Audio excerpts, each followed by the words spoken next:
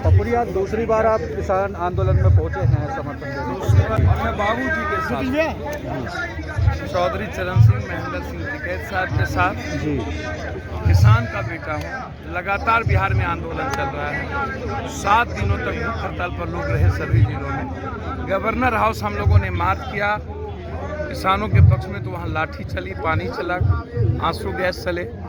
फिर हर जिले में पुतले दहन हो रहे हैं। 5 तारीख से पूरे बिहार में किसानों की आवाज़ को लेकर के रैलियां शुरू होंगी और हम लोग कुछ करेंगे। पप्पू जी, आज 32 दिन से ज़्यादा हो गए हैं आंदोलन में चलते हुए, लेकिन सरकार अभी तक कोई निष्कर्ष नहीं निकाल पाई है। ये पहली बार हिंदुस्तान के इतिहास में चौधरी साहब महेंद्र सिंह टिकैत साहब के बाद एक ऐसी लड़ाई है जो दुनिया के सन 47 और 71 के बाद ये सबसे बड़ी लड़ाई है। या तो भारत का किसान जीतेगा या तो भारत के नेता हारे। भारत का हर लोग इस सरकार को छोड़ेगा। ये उन्माद और नफरत जानता है, ये बांटना जानता है। कभी पटेल गैर पटेल, कभी जाट गैर जाट, कभी बंगाली गैर बंगाली, कभी सिख, कभी दलित गैर दलित, कभी बेमुला को लेकर के दलितों को गाली देना, उग्रवादी कहना, उन्मादी कहना, कभी मजदूरों के एक्ट को समाप्त कर देना। अब किसानों के सवाल पर जब आवाज़ उठी तो उनको या तो उत्तर पश्चिम के जाट गाली नज़र आते, हरियाणा के जाट को गाली नज़र आओ, या नहीं तो आप पंजाब के सिख को गाली नज़र आओ। ये जाट या सिखों का सवाल नहीं है, ये हर उस व्यक्ति का सवाल है जिसके पास 5 कट्ठे ज़मीन है, वो खेती करता है, वो अपनी ज़िंदगी जीना चाहता है। यह एक आवाज़ बनी है। कभी सरदार पटेल, नेहरू, गांधी और लाल बहादुर शास्त्री इस देश की आवाज़ बने थे। इस बार इन बॉर्डरों पर हमारे साथ यहाँ राकेश टिकैत साहब हैं। हमारे साथ यहाँ पर अलग अलग विभिन्न कमेटी के बहुत सारे संगठन हैं। एक आवाज़ जो हर दिन इस उत्तर पश्चिम और भारत की आवाज़ बन के लड़ते रहे, ये बॉर्डर इतिहास बनाएगा। पप्पू जी, पहले यहाँ कह रहे थे केवल किसान आंदोलन कर रहे हैं, लेकिन क्या आपको लगता है कि आपके आने से लोग ये कहेंगे कि नेता भी आ गए किसानों के साथ? मुझे तो, मैं बेटा नहीं हूँ क्या? मुझे 100-200 बीघा, 9000 बीघा। मेरा नाम शोएब जमाई है, मैं जन अधिकार पार्टी का राष्ट्रीय प्रवक्ता हूँ और मीडिया के माध्यम से हिंदुस्तान हमें देखता है। शोएब जमी जी, मतलब आप यहाँ किसान आंदोलन में आए हैं तो इनके समर्थन के लिए आए हैं आप, तो आपको क्या लगता है कि ये चीज़ें मतलब इनका समर्थन करना ठीक है या फिर गलत है, और क्यों? अगर ठीक है तो क्यों ठीक है? देखिए, आपको याद होगा कि हमारी पार्टी जन अधिकार पार्टी, जो कि बिहार में इसमें हमने चुनाव लड़ा है जी, और हमारी पार्टी के राष्ट्रीय अध्यक्ष पप्पू यादव भी आए हुए हैं यहाँ पे।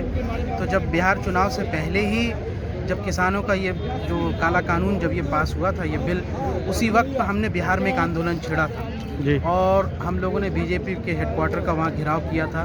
बड़ी संख्या में हमारे कार्यकर्ता वहाँ पे पीटे गए और उनके हाथ तोड़ दी गई, वहाँ पे लाठियाँ बरसाई गई। तो ये सारी चीज़ें जो है वहाँ पे होती रही। तो किसान आंदोलन को लेकर लगातार हमारी पार्टी जो है वो अग्रसर रही है। अभी रिसेंटली कुछ ही दिन पहले जो है बिहार में भी जो है माननीय अध्यक्ष पप्पू यादव जी और हमारे तमाम कार्यकर्ता किसान रैली को लेकर निकले।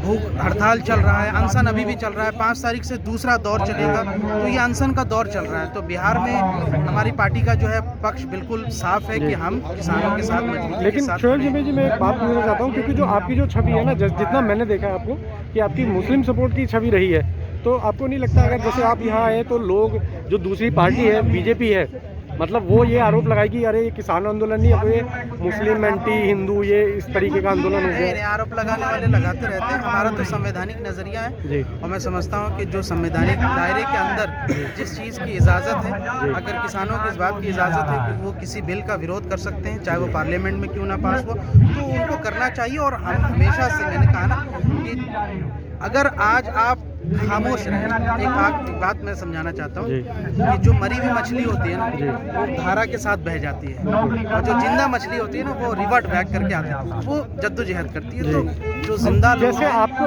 आरोप लगते रहे कोरोना के टाइम पे भी कि जैसे तबलीगी जमात है, उसमें भी आपने बहुत दबा के सपोर्ट किया और टीवी डिबेट में आप बहुत अच्छे से बोले, तो मतलब उससे क्या है, हिंदुस्तान में कहीं ना कहीं ये छवि रही इरादे इन्होंने तो ये मौका नहीं है, लेकिन मैं जितना जानता हूँ मैं सच्चाई के साथ हूँ। आप बॉम्बे हाई कोर्ट का ऑर्डर देख लीजिए, सुप्रीम कोर्ट का ऑर्डर देख लीजिए, सब तो झूठे साबित हो रहे हैं तमाम चीज़ें। हम ये समझते हैं कि जन अधिकार पार्टी का अपना एक जो विचारधारा है, सर्वधर्म समभाव, सबको साथ लेकर चलते हैं। मोदी इस जी वक्त मसला किसानों का है। मैं ये कहता हूँ कि आपने तो एक समुदाय, एक संप्रदाय को डिमोनाइज कर दिया, किसी को देश विरोधी कह दिया, किसी को कुछ कह दिया, तो लोग समझते थे कि शायद ये सरकार या विचारधारा किसी एक समुदाय के खिलाफ हो सकती है। लेकिन आज हमने जब किसानों के मामले में देखा कि किसानों को किसी ने आतंकवादी कह दिया, किसी ने खालिस्तानी कह दिया, यहाँ तक कि भारतीय जनता पार्टी के सांसद रमेश बिदोड़ी ने तो गाली तक दे दी ओपन मंच से।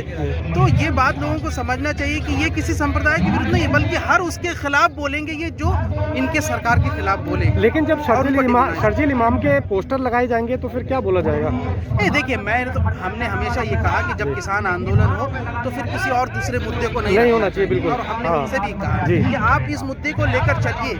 ये मुद्दा सिर्फ किसानों से नहीं जुड़ा है, बल्कि जन सरोकार से जुड़ा है। अगर मंडियां यहाँ से प्राइवेटाइज होगी, अगर अडानी और अंबानी जैसी कंपनियां आकर के उसको यहाँ से जमाखोरी शुरू करेगी, तो जो एसेंशियल कमोडिटीज़ है, जो ज़रूरी चीज़ें हैं, उसकी प्राइसेस बढ़ेंगे तो आम आदमी परेशान होगा ना, गरीब आदमी परेशान।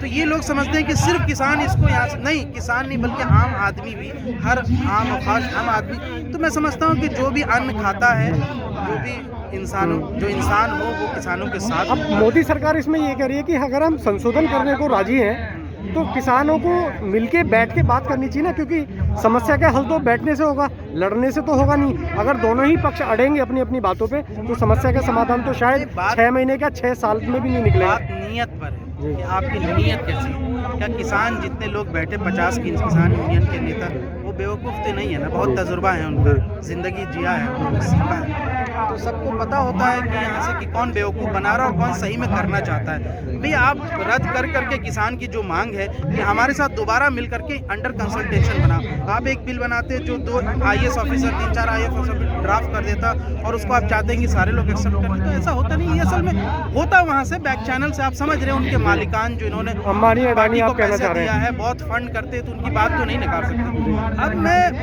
मेरी यही गुजारिश है, आखिरी शब्द यही है कि मैं पार्टी हित से ऊपर, जन अधिकार पार्टी, हमारे पार्टी के राष्ट्रीय प्रवक्ता पप्पू यादव जी आए, राष्ट्रीय अध्यक्ष, मैं राष्ट्रीय प्रवक्ता हूं, तो पूर्ण समर्थन के साथ, बल्कि जनता से यही अपील करना चाहेंगे कि इसमें तमाम भेदभाव को भूल करके बस आप एक हिंदुस्तानी होने के नाते किसानों के समर्थन में आइए। ये आम आदमी से जुड़ा हुआ एक मुद्दा है। सरकार कहीं से भी कहीं तक पीछे हटने को तैयार नहीं है। सरकार बोल रही है आप आइए, आपका स्वागत है, बातचीत करिए, समाधान तभी निकलेगा। सरकार फैसला वापस नहीं मेरा लेगी। सवाल ये है कि जो भी सरकार का विरोध करे या डेमोक्रेसी के अंदर किसी चीज का विरोध करे, वो देश विरोधी कैसे है, ये बताइए मुझे।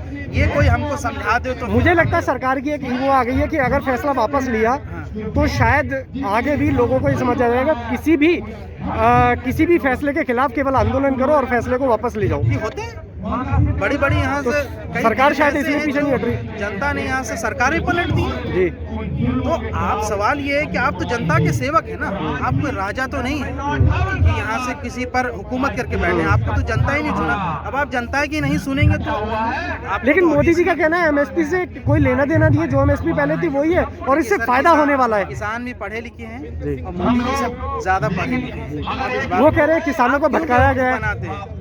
आप क्यों बेवकूफ? उनका कहना है कि किसानों के बीच में आप जैसे लोग, मतलब नेता भी आ रहे हैं, केजरीवाल भी आ गए, संजय सिंह भी आ गए, आज पप्पू यादव जी भी आ गए और आप भी आ गए, तो ये भटकाने का काम कर रहे हैं। देखिए, जाहिर सी बात है कि लोकतंत्र में और जनतंत्र में जब जनता के सरोकार से जुड़े मुद्दे उठते हैं तो विपक्ष उसमें शामिल होता है जी। और विपक्ष का काम क्या? विपक्ष की राजनीति यही होनी चाहिए कि वो जनता से जुड़े हुए मुद्दे को पुरजोर तरीके से उठावे।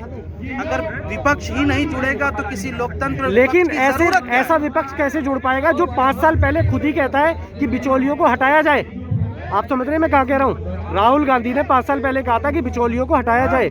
अब जब आज मोदी सरकार हटा रही है तो क्यों फिर आज वो किसानों के साथ खड़े हैं और मोदी के विरोध में खड़े हैं? भारतीय जनता पार्टी कांग्रेस का मैनिफेस्टो लागू करने के लिए आई है। अगर आप कुछ अलग करना चाहते 2014 के बाद से आपने कहा कि हम एक नया करेंगे, चलिए ना, मैं कांग्रेस का कहाँ सपोर्टर हूँ, मैं तो कहता हूँ मिट्टी डालिए उन पे, जैसा किया उन्होंने किया, भुगता, अब तो आ गए ना 52 पे। अब वो किसानों के बीच में क्यों आ रहे हैं और किसान क्यों नहीं उनको भगा रहे फिर राहुल गांधी को? क्यों भगाए? इस डेमोक्रेसी में किसको यहाँ से इजाजत है? कोई क्यों भगाए? मतलब कोई कुछ भी कह जाएगा तब भी हम एक्सेप्ट करेंगे हर बंदे को? नहीं, ऐसा कैसे कोई कह जाएगा और फिर आके हमारा कोई समर्थन कैसे कह करेगा? जाएगा? अरे भाई, आप किसानों के समर्थन के लिए लोग, विपक्ष की तमाम पार्टियां, 16 पार्टियां राष्ट्रपति से मिल रही है, अपने अपने तरीके से कर रहे हैं, जाहिर सी बात है। लेकिन वही विपक्ष वहाँ जाके खिचड़ी पका रहा है। देखिए, बंगाल में जब बीजेपी विपक्ष समझती है ना अपने आप, जी, तो जो बंगाल में उनके लिए लागू होता है कि सारा कुछ हम विरोध करें, उनको विरोध का अधिकार भी चाहिए, लॉ एंड ऑर्डर सिचुएशन खराब होती है तो उस पर इल्ज़ाम भी लगाते हैं, तो ये दूसरी जगह क्यों नहीं अप्लाई होता है? ठीक है, धन्यवाद, बहुत बहुत धन्यवाद।